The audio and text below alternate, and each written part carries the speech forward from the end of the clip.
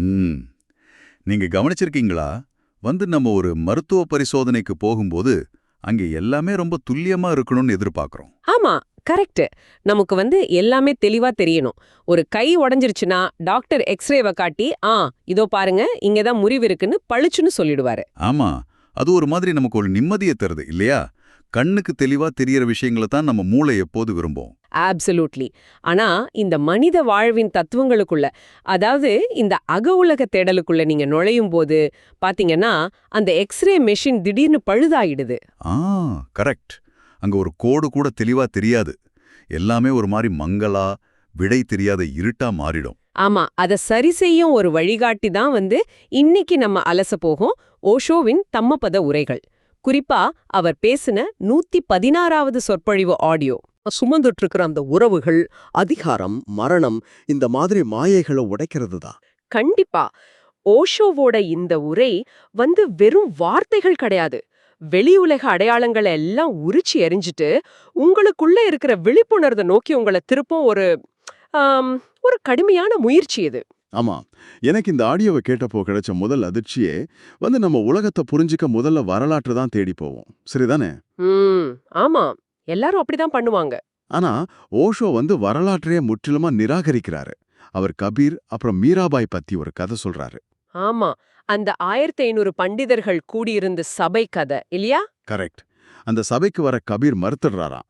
மீரா நடனம் ஆடினா மட்டும்தான் நான் பேசுவேன்னு சொல்றாராம். இதை கேட்க நல்லா இருந்தாலும் எனக்கு ஒரு சந்தேகம் வருது. என்ன சந்தேகம்? சொல்லுங்க. வரலாற்று படி பார்த்தா அவங்க 2 பேரும் ஒரே காலகட்டத்துல வாழ்ந்தவங்களே கிடையாது. அப்ப எப்படி இந்த கதை சாத்தியம்? இது ரொம்ப நியாயமான கேள்வி. இத கேட்கும் உங்களுக்கும் இதே சந்தேகம் கண்டிப்பா வரலாம். நிறைய பேர் ஓஷோ கிட்ட இது வரலாற்றுக்கே முரணா இருக்கேன்னு வாதிடுறாங்க. அதுக்கு அவர் என்ன சொல்றாரு? ஓஷோ சொல்ற பதில் ரொம்ப ஆழமானது. அதாவது வரலாறு அப்படிங்கிறது 2 காசுக்கு கூட பெறாத ஒண்ணு அப்படின்னு ரொம்ப கேஷுவலா சொல்றாரு. அவருக்கு வரலாற்றோட எந்த சம்பந்தமும் இல்ல. இருங்க, 2 காசுக்கு கூட பெறாததா? அப்போ நம்ம ஸ்கூல்ல படிச்சது, இந்த மனித குலம் இத்தனை 1000 வருஷமா பதிவு செஞ்சு வச்சிருக்கிறது எல்லாமே குப்பையா? இத கொஞ்சம் உளவியல் ரீதியா பாருங்க. வரலாறு எதை பதிவு பண்ணுது, யார ஞாபகம் வச்சுக்குது? ராஜாக்கள், போர்கள், அதானே? கரெக்ட். அடால்ஃப் ஹிட்லர், நாதர் ஷா, அலெக்சாண்டர் இவங்களையெல்லாம் வரலாறு ரொம்ப துல்லியமா பதிவு பண்ணுது. அவங்க எப்ப பிறந்தாங்க, எத்தனை பேரை கொன்னாங்கன்னு எல்லாமே இருக்கும். ஓ, ஏன்னா அவங்க பூமியில ஒரு பெரிய காயத்தை, ஒரு தழும்பு ஏற்படுத்திருக்காங்க, அதனாலயா? எக்ஸாக்ட்லி. மனித மனசும் சரி, வரலாறும் சரி, இந்த மாதிரி எதிர்மறையான விஷயங்களை தான் கெட்டியா புடிச்சுக்கும். அப்போ அமைதியை போதிச்சவங்கள வரலாறு எப்படி பாக்குது? அங்கதான் முரண்பாடே இருக்கு. புத்தர், இயேசு, கிருஷ்ணர் மாதிரி ஆட்கள் வானத்துல பறக்கிற பறவைகள் மாதிரி. ஒரு பறவை வானத்துல பறந்து போச்சுன்னா அங்க ஏதாவது தடை இருக்குமா? கண்டிப்பா இருக்காது. ஆமா, அவங்க எந்த சுவடுகளையும் விட்டுட்டு போறதில்ல. அதனால அவங்கள பத்தின ஆழமான உண்மைகளை இந்த தட்டையான வரலாறு பதிவு பண்றதில்ல. புராணங்கள் மட்டும்தான் அதை செஞ்சு வச்சிருக்கு. ஓ, இப்போ புரியுது. ஆனா எனக்கு இன்னொரு குழப்பம். வரலாறு முக்கியம் இல்லைன்னா இந்த மாதிரி முரண்பாடான கதைகளை நம்ம எப்படி நம்புறது? அதாவது நீங்க சொல்றத பார்த்தா ஒரு நதி எங்க தொடங்குச்சு, எந்த வருஷம் உருவானது அப்படிங்கறத விட அது எப்படி நம்ம தாகத்தை தணிக்குதுங்கிறது தான் முக்கியம்னு ஓஷோ சொல்றாரா? வாவ், ரொம்ப சரியா புடிச்சிட்டீங்க. அந்த கபீர் மீரா கதை வரலாற்றுப்படி நடந்துச்சா அப்படிங்கறத விட அந்த கதை உணர்த்தும் உள்ளர்த்தம் என்ன, அதுதான் இங்க ரொம்ப பிரதானம். சரி, அப்போ அந்த உள்ளர்த்தம் தான் என்ன? கபீர் ஏன் குறிப்பா மீராவை கூப்பிடணும்? ஏன்னா பல நூற்றாண்டுகளா இந்த ஆன்மீகம்ங்கிறது ஆண்களால மட்டுமே ஆதிக்கம் செலுத்தப்பட்டு வருது. அதனால அது ஒரு மாதிரி வறண்ட பாலைவனமாவே இருக்கு. ஓ, ஆண்களோட ஆன்மீகம்னா வெறும் விதிகள், தர்க்கம் அப்படித்தானே இருக்கும்? ஆமா, கடுமையான கட்டுப்பாடுகள் இருக்கும். ஆனா அங்க மென்மை இருக்காது. இதனாலதான் கபீர் அந்த 1500 பண்டிதர்களை நிராகரிக்கிறாரு. அவங்க வெறும் தர்க்கவாதிகள். அப்போ மீராங்கிற ஒரு பெண் வரும்போதுதான் அங்க நடனம், இசை எல்லாம் வருதுன்னு சொல்றாரு. கரெக்ட். தர்க்கமும் அன்பும் சேரும்போதுதான், ஆணும் பெண்ணும் சேரும்போதுதான் ஒரு முழுமையான ஆன்மீக படைப்பே உருவாகுதுன்னு ஓஷோ விளக்குறாரு. இது கேட்க ரொம்ப அழகா இருக்கு. ஆனா ஆண்களோட ஈகோ பெண்களை ஆன்மீகத்துல எப்படி திட்டமிட்டு மறைச்சதுன்னு ஒரு உதாரணம் சொல்றாரே, அந்த மல்லிபாய் கதை, அது ஆக்சுவலா எனக்கு ரொம்ப கோவத்தை வர வச்சது. ஆமா, அது மதங்களோட இருண்ட பக்கத்தை காட்டுது. சமண மதத்துல பாத்தீங்கன்னா 24 தீர்த்தங்கரர்கள் இருக்காங்க. அதுல மல்லிபாய் அப்படின்னு ஒரு பெண் தீர்த்தங்கரரும் இருந்தாங்க. அவங்க மாமரம் ஆன்மீக உச்சத்தை அடைஞ்சவங்க இல்லையா? ஆமா. ஆனா ஒரு பெண் தங்களை விட பெரிய ஆன்மீக நிலையை அடைஞ்சிட்டாங்க அப்படிங்கறத அங்கிருந்த ஆண்களோட ஈகோவால ஏத்திக்கவே முடியல. அதுக்காக அவங்க அடையாளத்தையே எப்படி மறைச்சாங்க? அவங்க சாஸ்திரங்கள் என்ன சொல்லுதுன்னா பெண் உடலோட மோட்சம் போக முடியாதுன்னு சொல்லுது. அதனால அவங்க ஒரு தந்திரம் பண்ணாங்க. என்ன தந்திரம்? வரலாற்றையே திரிச்சு மல்லிபாய்ங்கிற அந்த பெண்ண மல்லிநாத் அப்படின்னு ஒரு ஆணா பேர் மாத்தி எழுதிட்டாங்க. அவங்க சிலைகள் கூட ஆணாதான் வடிவமைக்கப்பட்டுச்சு. இதுதான் வரலாற்றின் லட்சணம்னு ஓஷோ சொல்றாரு. வாவ்! ஒரு பொண்ணோட அடையாளத்தை அழிக்கிற அளவுக்கு ஈகோ வேலை செய்யுதுன்னா மனித மனம் எவ்வளவு சிக்கலானதுன்னு புரியுது. ஆமா, ரொம்பவே சிக்கலானதுதான். சரி, இந்த அறியாமையில இருக்கிற மனிதர்களை விழிப்படைய செய்ய ஓஷோ சில நேரத்துல ரொம்ப கடுமையான வார்த்தைகளை பயன்படுத்துறாரு. அது ஏன்? உண்மைய மென்மையா சொன்னா புரியாதா? அதாவது அவர் கேள்வியோட வார்த்தைகளை கவனிக்கிறது இல்ல. அந்த கேள்வி எந்த மனநிலையில இருந்து எந்த நோக்கத்தோட கேட்கப்படுது அப்படிங்கறத தான் பாக்குறாரு. சில பேரோட கேள்விகளுக்கு அவர் ரொம்ப கோவமா கிட்டத்தட்ட அவமானப்படுத்துற மாதிரி பதில் சொல்றாரு. அதுக்கு ஓஷோ ஒரு ஆங்கில வார்த்தையை யூஸ் பண்றாரு. அதுதான் இன்டெலெக்சுவல் இச்சிங். இன்டெலெக்சுவல் இச்சிங், அதாவது அறிவு திமிர் அல்லது அறிவு ரீதியான நமைச்சல். இது எப்படி இருக்கும்? இதை எப்படி புரிஞ்சுக்கோங்க? ஒருத்தன் பெரிய ஆக்சிடென்ட்ல சிக்கி ரத்தம் கொட்டிட்டு இருக்கான். அப்போ ஒரு டாக்டர் அவனுக்கு கட்டு போட போகும்போது அந்த அடிபட்டவன் டாக்டர் கிட்ட இந்த பேண்டேஜ் எந்த கம்பெனில தயாரிச்சாங்க, இதுல இருக்கிற ரசாயன பொருட்கள் என்னன்னு விவாதம் பண்ணிட்டு இருந்தா எப்படி இருக்கும்? ஹஹா, அவனுக்கு உயிர் பிழைக்கணும்னு எந்த எண்ணமும் இல்ல, சும்மா விவாதம் பண்ணணுங்கிற அந்த நமைச்சல் மட்டும்தான் இருக்கு. கரெக்ட். வெறும் தர்க்கம் பண்றதுக்காகவே கேள்வி கேட்கிறது. இப்படி அகங்காரத்தோட வர்றவங்களுக்கு தான் அவர் ரொம்ப கடுமையான பதிலடி கொடுக்கறாரு. ஆனா உண்மையான தேடலோட வர்றவங்களுக்கு அவங்களுக்கு தன்னோட முழு பிராணனையும் கொடுத்து ரொம்ப கருணையான பதில சொல்றாரு. இத படிக்கும்போது எனக்கு அந்த மியான் பப்பன் கதை தான் ஞாபகம் வருது. அது ரொம்ப வேடிக்கையா இருந்துச்சு. ஓஷோவோட சென்ஸ் ஆஃப் ஹியூமர் உண்மையிலே அபாரம். ஆமா ஆமா. அந்த மியாம் பப்பன் ஒரு கடைக்கு போய் டெலிபோன் வாங்க போறான். ஆனா போனை மொத்தமா வாங்காம ஒவ்வொரு பாகத்துக்கும் தனித்தனியா விலை கேக்குறான். டயல் பண்றதுக்கு எவ்வளோ, ஸ்பீக்கருக்கு எவ்வளோன்னு கேக்குறான் இல்லையா? கரெக்ட். கடைக்காரருக்கு கடுப்பாகி அவனை விரட்டி விட்டுடுறாரு. அவனுக்கு போன் வாங்கணும்னு எந்த எண்ணமும் இல்ல, சும்மா கேட்கணுமேன்னு கேக்குறான். இது பல பேர் ஓஷோ கிட்ட வர்றத அப்படியே காட்டுது. உண்மையை தெரிஞ்சுக்க எந்த துடிப்பும் இல்லாம சும்மா பொழுதுபோக்கிற்காக கேள்வி கேக்குறாங்க. ஆமா, இப்படிப்பட்ட மியான் பப்பன்களுக்கு தன்னோட நேரத்தை வீணாக்க ஓஷோ தயாராவே இல்ல. இது நல்லா புரியுது. ஆனா உண்மையான தேடலோட வர்றவங்க கேக்குற கேள்விக்கும் சில நேரம் உறுத்தலான பதில சொல்றாரு. எந்த மாதிரி பதில சொல்றீங்க? இப்போ குடும்பம், கணவன், மனைவி, குழந்தைகள் உண்மையானவர்களான்னு ஒருத்தர் கேக்குறாரு. அதுக்கு ஓஷோ இதெல்லாம் ஆற்றுப்படகு சந்திப்பு மாதிரி தற்காலிகமானதுன்னு சொல்றாரு. ஆமா, ஆற்றுல போற ஒரு படகுல நம்ம ஏறுறோம். அங்க நிறைய பயணிகளை பாக்குறோம். 1 மணி நேரம் ஒன்னா பயணிக்கிறோம், பேசுறோம், சிரிக்கிறோம். ஆனா கரை வந்ததும் எல்லாரும் அவங்க திசையில போயிடுறோம். எக்ஸாக்ட்லி. அது போலதான் இந்த கணவன், மனைவி, குழந்தைகள் அப்படிங்கிற உறவுகளும்னு ஓஷோ வளர்க்கறாரு. இருங்க, இது எனக்கு கொஞ்சம் கசப்பா இருக்கு. இது கேட்கும் உங்களுக்கும் கண்டிப்பா இதே கேள்வி வரலாம். சொல்லுங்க. ஒரு அம்மாவுக்கு தன் குழந்தை மேல இருக்கிற அந்த அளப்பெரிய அன்பு வெறும் தற்காலிகமான ஒரு மாயைன்னு சொல்றது, அது ஒரு மாதிரி மோசமான இருண்ட பார்வை இல்லையா? குடும்பம்ங்கிறது மாயனா மனிதர்கள் எப்படி சந்தோஷமா வாழ முடியும்? எதைதான் இறுதியான உண்மைன்னு பிடிச்சுக்கிறது? பாத்தீங்கன்னா நீங்க கேக்குறது ரொம்ப முக்கியமான கேள்வி. ஆனா ஓஷோ உங்களை அன்பை கைவிட சொல்லல, யார் மேலேயும் அன்பு செலுத்தாதீங்கன்னு அவர் சொல்லவே இல்ல. அப்புறம் என்ன மீன் பண்றாரு? அவர் என்ன சொல்றாருன்னா, இது நிரந்தரம்னு நினைச்சு புடிச்சு தொங்காதீங்கன்னு தான் சொல்றாரு. போன பிறவிகள்லயும் உங்களுக்கு ஒரு குடும்பம் இருந்துச்சு, ஆனா அவங்க இப்ப எங்க இருக்காங்கன்னு உங்களுக்கு தெரியாதுல்ல? ஆமா, தெரியாதுதான். இந்த பிறவி முடிஞ்ச பிறகும் நீங்க வேற வேற திசையில போயிடுவீங்க. நீங்க எவ்ளோதான் இறுக்கி புடிச்சுக்கிட்டாலும் ஒரு நாள் இந்த உறவுகள் உங்களை விட்டு பிரியும். ஓ, அப்ப நேசிங்க, ஆனா பற்றுதல் வேணான்னு சொல்றாரா? கரெக்ட். உறவுகள் தற்காலிகமானதுனாலும் குரு சீடன் உறவு அதை விட கொஞ்சம் ஆழமானதுன்னு சொல்றாரு. ஆனாலும் இறுதியில அந்த குருவையும் கடந்து போகணுங்கிறது தான் உச்சகட்ட உண்மை.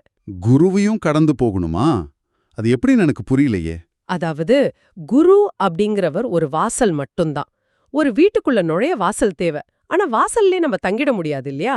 உள்ள நுழையணும். அப்போ எல்லாத்தையும் கடந்து போன பிறகு நமக்குள்ள என்னதான் மிச்சம் இருக்கும்? எது இந்த இன்பத்தையும் துன்பத்தையும் பிரிவையும் கவனிச்சுக்கிட்டு இருக்கோ அந்த சாட்சி நிலை, அதாவது இன்னர் வாட்சர், அது மட்டும்தான் நிலையானது. அதுதான் இறுதியான உண்மை. மத்ததெல்லாம் மாயைதான். வாவ்! இப்போ குடும்பம், உறவுகள் எல்லாம் தற்காலிகமானது, மாயைன்னு சொல்றோம். அப்போ மனிதர்கள் ஏன் இந்த அதிகாரம், பதவி, புகழ் இதையெல்லாம் இவ்ளோ தீவிரமா துரத்துறாங்க? அதுக்குத்தான் அவர் அரசியலை கடுமையா விமர்சிக்கிறாரு. ஓஷோ அரசியலை எதிர்க்கிறாரா? அரசியல ஒரு அமைப்பா அவர் எதிர்க்கல. ஆனா அரசியல்வாதிகளோட மனநிலைய, குறிப்பா அவங்களுக்குள்ள ஆழமா புதைஞ்சிருக்கிற தாழ்வு மனப்பான்மைய ரொம்ப தெளிவா தோலுரிச்சு காட்டுறாரு. அரசியல்வாதிகளுக்கு தாழ்வு மனப்பான்மையா? அவங்க தானே மேடையில சிங்க மாதிரி கர்ஜிக்கிறாங்க. அதுதான் தந்திரமே. பாத்தீங்கன்னா, ஒரு மனுஷனுக்கு தனக்குள்ள ஒண்ணுமே இல்ல, தான் ஒரு பெரிய பூஜ்யம் அப்படிங்கிற வெறுமை உணர்வு வரும்போது அவனுக்குள்ள ஒரு பயம் வந்துடுது. ஓ, அந்த அயத்த மறைக்கலாம் அதிகாரத்தையும் பணத்தையும் தேடி ஓடுறாங்களா? ஆப்சல்யூட்லி. தன்னைத்தானே முழுமையா நம்பாதவங்க மட்டும்தான் இந்த உலகத்துக்கு முன்னாடி தங்களை நிரூபிக்க முயற்சி பண்ணிட்டே இருப்பாங்க. அப்ப இந்த அரசியல் அல்லது அதிகார வெறி அப்படிங்கிறது உள்ள ஒண்ணுமே இல்லாத ஒரு காலிப்பான, தன்கிட்ட நிறைய தண்ணி இருக்குன்னு உலகத்தை நம்ப வைக்க தன்னைத்தானே பலமா அடிச்சுக்கிட்டு சத்தம் போடுற ஒரு முயற்சி, அப்படி சொல்லலாமா? அட, ரொம்ப அருமையான ஒப்புமை. இது மிகச்சரியா பொருந்தி போகுது. உள்ள நான் ஒண்ணுமில்லாதவன்னு பயம் இருக்கும்போதுதான் ஒருத்த மேடையில ஏறி நின்னு நான் மிகப்பெரிய ஆள்னு காட்டிக்க துடிக்கிறான். ஆனா உண்மையா தன்னே அறிஞ்சவனுக்கு, தனக்குள்ள முழுமையா இருக்கிறவனுக்கு எந்த அடையாளமும் தேவையில்லை. அவர் ரொம்ப அமைதியா இருப்பான். இதை கேட்கும்போது முல்லா நசுருத்தீனோட நகைச்சுவை கதை ஒண்ணு எனக்கு ஞாபகம் வருது. அது அரசியலோட முட்டாள்தனத்தை அப்படியே படம் பிடிச்சு காட்டுது. ஆமா, அந்த டிஸ்கவுண்ட் கடை கதை தானே. கரெக்ட். ஒரு கடையில தள்ளுபடி விலையில பொருள் விற்கிறாங்க. அங்க பெரிய கூட்டம், குறிப்பா பெண்களோட கூட்டம். முல்லா நஸ்ருத்தீன் எப்படியோ அந்த கூட்டத்துல மாட்டிக்கிறாரு. அப்புறம் என்னாச்சு? பெண்கள் எல்லாம் முட்டி மோதிட்டு முன்னாடி போறாங்க.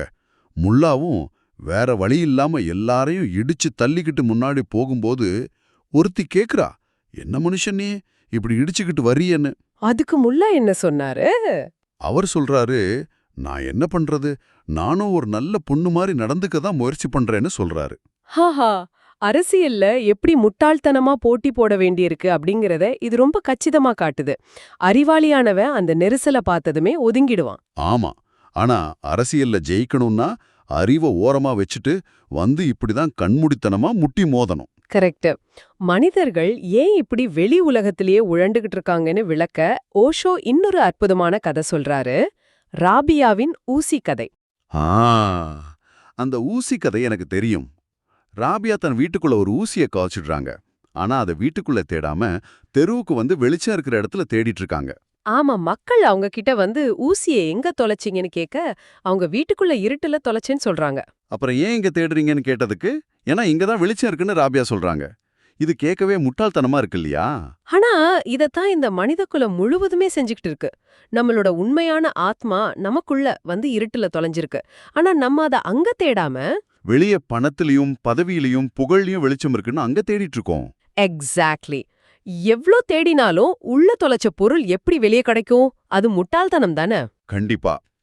சரி, வெளிச்சம் தேடி வெளியே அலையிறது ஒரு மாயைனா, இந்த மனித குலத்தோட மிகப்பெரிய மாயையான மரணத்தை பத்தி நம்ம பேசிதான் ஆகணும். ஆமா, ரொம்ப முக்கியமான பகுதி இது. மரணம் அப்படிங்கிறது ஒரு பொய்ன்னு ஓஷோ சொல்றாரு. அது எப்படி சாத்தியம்? தினமும் நம்ம எத்தனையோ இறப்ப பாக்குறோமே. இப்போ அறிவியலின்படி பாத்தீங்கன்னா, ஒரு பொருளை முற்றிலுமா அழிக்கவே முடியாது. அதோட வடிவம் மட்டும்தான் மாறும். மேட்டர் இஸ் இன்டிஸ்ட்ரக்டபிள் இல்லையா? கரெக்ட். ஒரு துளி மணலை நீங்க எவ்வளோதான் உடைச்சாலும் அது அணுவா மாறுமே தவிர இல்லாமலேயே போயிடாது. பனிக்கட்டி நீராகும், நீர் ஆவியாகும், ஆனா அழியாது. அதே போலதான் மதத்தின்படி உணர்வு அல்லது ஆத்மாங்கிறது அழியாத ஒண்ணு. அப்படியென்றால் நம்ம அன்றாடம் பார்க்கிற மரணம் என்ன? அந்த பிரிவோட வழி நிஜம்தானே? பிரிவோட வலி நம்ம பற்றுதலால வருவது. ஆனா மரணம் அப்படிங்கிறது ஒரு நாடக மேடையில திரை விழுற மாதிரி மட்டும்தான். ஓ, நாடகம் முடிஞ்சு திரை விழுந்ததும் எல்லாம் முடிஞ்சிருச்சுன்னு நம்ம நினைப்போம். ஆமா, ஆனா திரைக்கு பின்னாடி நடிகர்கள் தங்களோட ஆடைகளை கழட்டிட்டு அடுத்த காட்சிக்கு தயாராகிறாங்க. இருட்டுல கிடக்கிற கயிற்ற பார்த்து பாம்புன்னு பயப்படுற மாதிரி இல்லாத ஒன்ன பார்த்து நம்ம பயப்படுறோம். மரணம்ங்கிறதே கிடையாது, அது வெறும் வடிவ மாற்றம் மட்டும்தான். வாவ், மரணத்தை பத்தின பயத்தை இது முற்றிலுமா போக்குது. அதே போல காதல் அப்புறம் அழக பத்தின மனிதர்களோட மாயையையும் அவர் சுட்டி காட்டுறாரு. ஆமா, அந்த நிராகரிக்கப்பட்ட காதல் கதை இல்லையா? கரெக்ட். ஒரு நபர் ஓஷோங்கள்ட்ட தன் காதல் நிராகரிக்கப்பட்டதால இதயம் உடைஞ்சிடுச்சுன்னும் அந்த உடைஞ்ச இதயத்தை கடவுளுக்கு காணிக்கையாக்குறேன்னு சொல்றாரு. அதுக்கு ஓஷோ கொடுக்கற பதில் சவுக்கடி மாதிரி இருக்கும். அந்த நபர் கடவுள்கிட்ட போய் தன் காதல் கதைய சொல்லி ஒரு பரிதாபத்தை தேடுறாரு. அதுக்கு ஓஷோ, உன் காதல் நிராகரிக்கப்பட்டது ஒரு விதத்துல அதிர்ஷ்டம்தான், நீ ஒரு பெரும் சிக்கல்ல இருந்து தப்பிச்சிட்டேன்னு சொல்றாரு. ஆமா, பரிதாபத்தை யாசிக்கிறது எப்போதுமே காதலாகாது. எனக்கு இதுல இன்னொரு விஷயம் ரொம்ப ஆழமா பட்டுச்சு. என்ன விஷயம்? அந்த உடைந்த வீணைய கடவுள்கிட்ட கொடுக்கறத பத்தி ஓஷோ சொல்றாரு. அதாவது நமக்கெல்லாம் நல்லா இருக்கும்போது நம்ம கடவுளை மறந்துடுறோம். ஆமா, சந்தோஷம் கொண்டாட்டம்னு வரும்போது அத உலக மனிதர்கள் கிட்ட கொடுக்கறோம். கரெக்ட். ஆனா எல்லாம் உடைஞ்சு சுக்குநூறான பின்னாடி மிச்சம் இருக்க அந்த குப்பையை மட்டும் கடவுள்கிட்ட கொண்டு போறோம். இது எவ்வளவு பெரிய சுயநலம் இல்லையா? ரொம்ப துல்லியமான பார்வை. மனிதர்கள் அப்படித்தான் இருக்காங்க.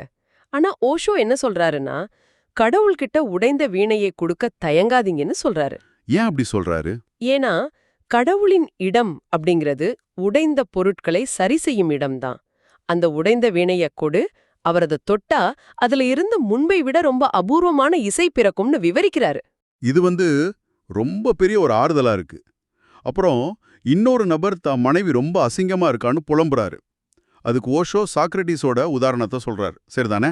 ஆமா, சாக்ரட்டிஸ்க்கு ரொம்ப மோசமான கோபக்கார மனைவி அமைஞ்சாங்க. அவங்க பேரு சாந்திபே. அவங்க ஒரு முறை கொதிக்கிற டீய சாக்ரட்டிஸோட முகத்திலே ஊத்திட்டாங்க. ஐயோ! ஆனா அவங்களால தான் சாக்ரட்டிஸ் ஒரு மாபெரும் தத்துவஞானியா மாற முடிஞ்சதுன்னு ஓஷோ சொல்றாரு. ஆமா, ஏன்னா அவனோட வெளி உலக வாழ்க்கை நரகமாகிடுச்சு. மனைவியோட கொடூரமான குணத்தால அவர் உலகத்தின் மேல எந்த பற்றும் வைக்க முடியல. ஓ, அதனால அவர் உலகத்தோட மாயையை புரிஞ்சுக்கிட்டு தன் அக உலகை நோக்கி தனக்குள்ளே தியானிக்க தொடங்கிட்டாரு. எக்ஸாக்ட்லி. வெளி அழகு ஒரு நாள் அழியும். ஆனா ஒரு மோசமான சூழல் அல்லது அசிங்கமான துணையால ஒருத்தன் ரொம்ப சீக்கிரமா அக அழகை நோக்கி பயணிக்க முடியும்னு சொல்றாரு. எப்பேற்பட்ட சிந்தனை பாத்தீங்களா? உண்மையிலேயே ரொம்ப ஆழமான சிந்தனை. நீங்க உலகத்தோட வலிகளால உள்ள தள்ளப்படும் போது எவ்வளவு தூரம் உள்ள பயணிக்கிறீங்களோ அவ்வளவு தூரம் நீங்க அழகாகிறீங்க. கரெக்ட். அகத்தின் அழகு உங்கள் முகத்துல மட்டும் அல்ல, உங்க முழு இருப்புலயுமே பிரதிபலிக்கும். இது ரொம்ப அற்புதமான ஒரு பயணம். நம்ம இன்னைக்கு அலசிய விஷயங்களை கொஞ்சம் சுருக்கமா பார்ப்போம். வரலாறு அப்படிங்கிறது வெறும் வெளிப்புறச் சுவடுகள் மட்டும்தான். அதனால அதை விட்டுடுங்க. ஆமா. அப்புறம் நம்ம உறவுகள் எல்லாமே ஆற்று படகு சந்திப்புகள் மாதிரி தான். நேசிங்க, ஆனா பற்றுதல் வச்சுக்காதீங்க. கண்டிப்பா. அப்புறம் நம்ம தேடுற அதிகாரம் நம்மளோட தாழ்வு மனப்பான்மையோட வெளிப்பாடு மட்டும்தான். எல்லாத்துக்கும் மேல மரணம் அப்படிங்கிறது ஒரு மாய. நீங்க எதையும் இழக்க போறதில்ல. ஆமா, இந்த ஆழமான உண்மைகளை தேடுற பயணம் வெளிச்சம் இருக்கிற தெளிவுல இல்ல, இருட்டா இருந்தாலும் உங்களுக்குள்ளேயே தொடங்கணும் அப்படிங்கிறது தான் ஓஷோவோட முக்கிய செய்தி. ரொம்ப சரியா சொன்னீங்க. இது இப்போ கேட்டுக்கிட்டு இருக்கிற உங்களுக்கு இதோ ஒரு இறுதி சிந்தனை. இந்த நிமிஷம் உங்களை சுத்தியுள்ள எல்லாமே, நீங்க போட்டிருக்கிற உடைகள், உங்க பேரும் உடலும் கூட ஒரு நாடகத்தோட அலங்காரங்கள் அப்படின்னா, எந்தவித அடையாளமும் இல்லாம இந்த ஆடியோவை இப்ப அமைதியா கேட்டுக்கிட்டு இருக்கிற அந்த உண்மையான நீங்க யார்? அந்த தேடலை இன்றே தொடங்குங்க. இவ்ளோ நேரம் கேட்டதுக்கு ரொம்ப நன்றி. இந்த Tamil voice reads channel monetisation இல்லாம தான் நடக்குது. இந்த ஆடியோ புத்தகம் உங்களுக்கு பயன் தருது என்று நினைத்தால் இந்த முயற்சி தொடர்ந்து போக உங்க ஆதரவு மிகவும் உதவும். என்னுடைய இந்த முயற்சிக்கு நன்கொடை அளிக்க விருப்பம் இருந்தால் டிஸ்கிரிப்ஷன்ல கொடுக்கப்பட்டுள்ள UPI ID மூலம் வழங்கலாம். உங்களால் முடிந்த அளவு போதும். சிறிய ஆதரவும் பெரிய உதவிதான். இந்த வீடியோ உங்களுக்கு பயனுள்ளதாக இருந்தா சப்ஸ்கிரைப் பண்ணுங்க, மற்றவர்களுக்கும் பகிர்ந்து கொள்ளுங்க. இந்த கருத்துக்கள் அவர்களுக்கும் தேவையாக இருக்கலாம். உங்க கருத்துக்களை கமெண்ட்ல பகிருங்க. மனப்பூர்வமான நன்றி. உங்க கருத்துக்களை கமெண்ட்ல பகிருங்க. மனப்பூர்வமான நன்றி.